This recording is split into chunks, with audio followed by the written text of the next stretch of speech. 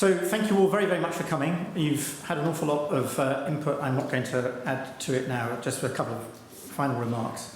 I'm very, very grateful to all our speakers, to Mike and to all those who spoke earlier, and the panellists, and for all of you for the roundtable discussions and for participating so energetically and fully in what we've done today.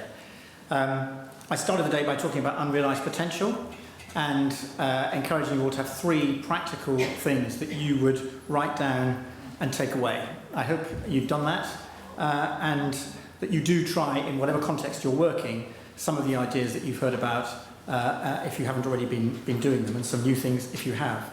We want to hear from you. Please stay in touch with the team. We want to learn from you some of the challenges and the obstacles that we've just been talking about.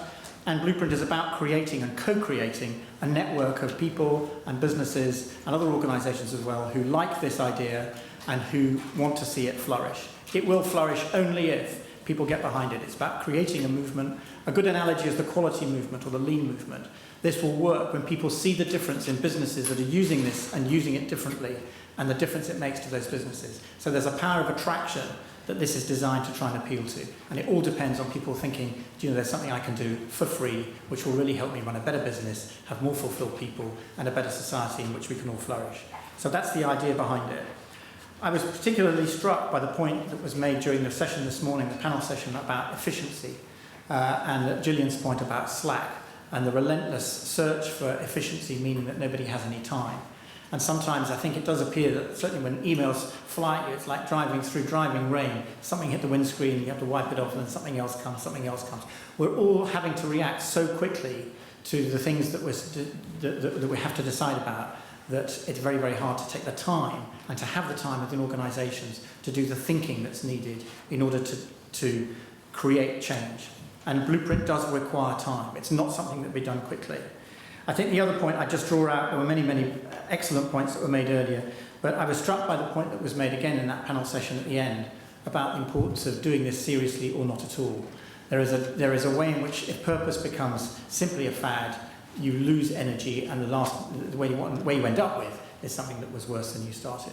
So the genuineness, the authenticity of this, the fact that it's real, it is a journey, it's not easy, but the authenticity of the journey and the leadership that companies give in doing this and the leadership within them is absolutely fundamental. I'm sometimes asked about, well, what's the long term? So what's going to be different about the world in 10 years' time if Blueprint succeeds? My answer to that is that the default has shifted. What do I mean? The default at the moment still is that business, for many, many people, and is seen in society, is fundamentally simply about making money. The default shift is where the perception is that business is operating to a purpose that serves society. It is profitable, but the default has been, what do you mean, you're just running a business, you're just there to make money? Do you think that gives you your license to operate? Haven't you thought about why you're there? Don't you want people to care about your business? The default has shifted. There are some great examples of purpose-driven business, but for me, and this is a long-term thing, the default can and should shift. So I'll just end with there's a German philosopher, Schopenhauer, who had this thing about the theory of change. 3 stages of change. The first stage is ridicule. The second stage is violent opposition. And the third stage is everybody says it's obvious. So let's make this obvious. Thank you very much.